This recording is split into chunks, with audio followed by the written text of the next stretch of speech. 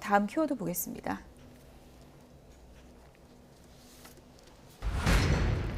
더 열심히 하겠다.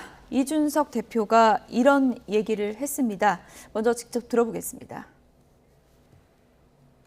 저희가 지난 대통령 선거에서의 신승을 통해서 국정을 담당하는 역할을 한 이후로 이제 저희 국민의힘에게 지방행정까지 담당하는 많은 역할을 맡겨주셨습니다. 존경하는 국민 여러분께 감사를 드리고 더 열심히 노력하고 더 정진해서 저희가 국민들께서 바라시는 우리 윤석열 정부의 성공을 위해 가지고 다 같이 뛰겠습니다.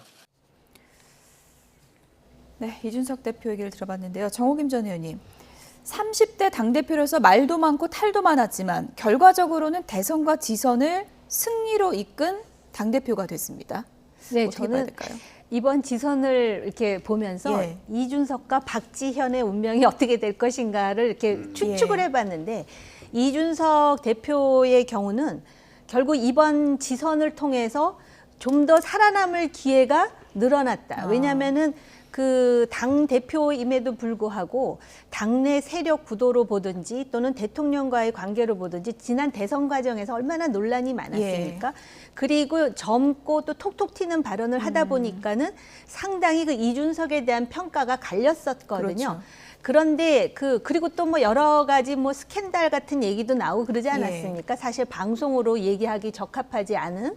그럼에도 불구하고 지금 대선을 이기고 지방선거를 이렇게 성공적으로 했기 때문에 쉽게 도태되지는 않을 것 같다. 그런데 이제 당내에 원내대표 권성동 의원, 그다음에 이번에 지방선거 승리의 견인차 역할을 했던 김기현 의원 같은 사람이 있기 때문에 향후에 이제 이 구도 속에서 이준석이 어떤 입장을 취할 것인지를 보는 것도 하나의 그 흥미로운 포인트가 되지 않겠는가. 근데 절대로 뒤로 물러나진 않을 것 같고 본인의 어떤 그 계획에 따라서 정치 노선을 계속 밟아나갈 것 같습니다. 당권 잡기 경쟁이 치열해지겠군요.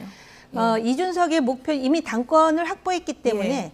또 한 번 당권에 도전할 것인지 아니면은 본인도 뭐 그 젊은 나이에 역사적으로 30대 당대표라는 예. 역사를 이뤘기 때문에 또 야심이 많은 정치인이기 때문에 이준석이 어떻게 할 건지를 지켜보는 거는 굉장히 재미있는데 조금 그 겸손하면서도 무게감 있는 정치인으로 자기 스스로를 좀 단련시킬 예. 필요가 있다고 생각합니다. 네.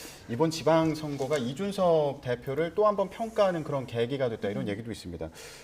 당대표 취임하고 나서 호남 지역을 20번 이상 찾았다고 합니다. 예.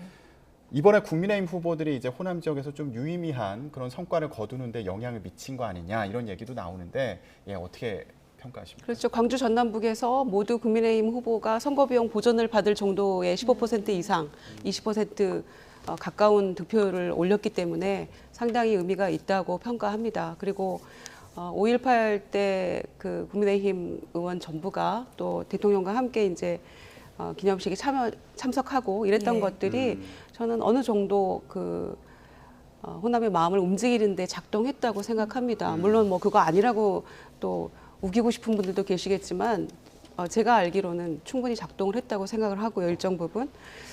그래서 이준석 대표가 윤리의 징계 절차만 잘 피해 간다면 그리고 그것만 말끔히 해소가 된다면 앞으로 뭐 정치적으로는 조금 더 탄탄대로가 되지 않을까 생각하고요.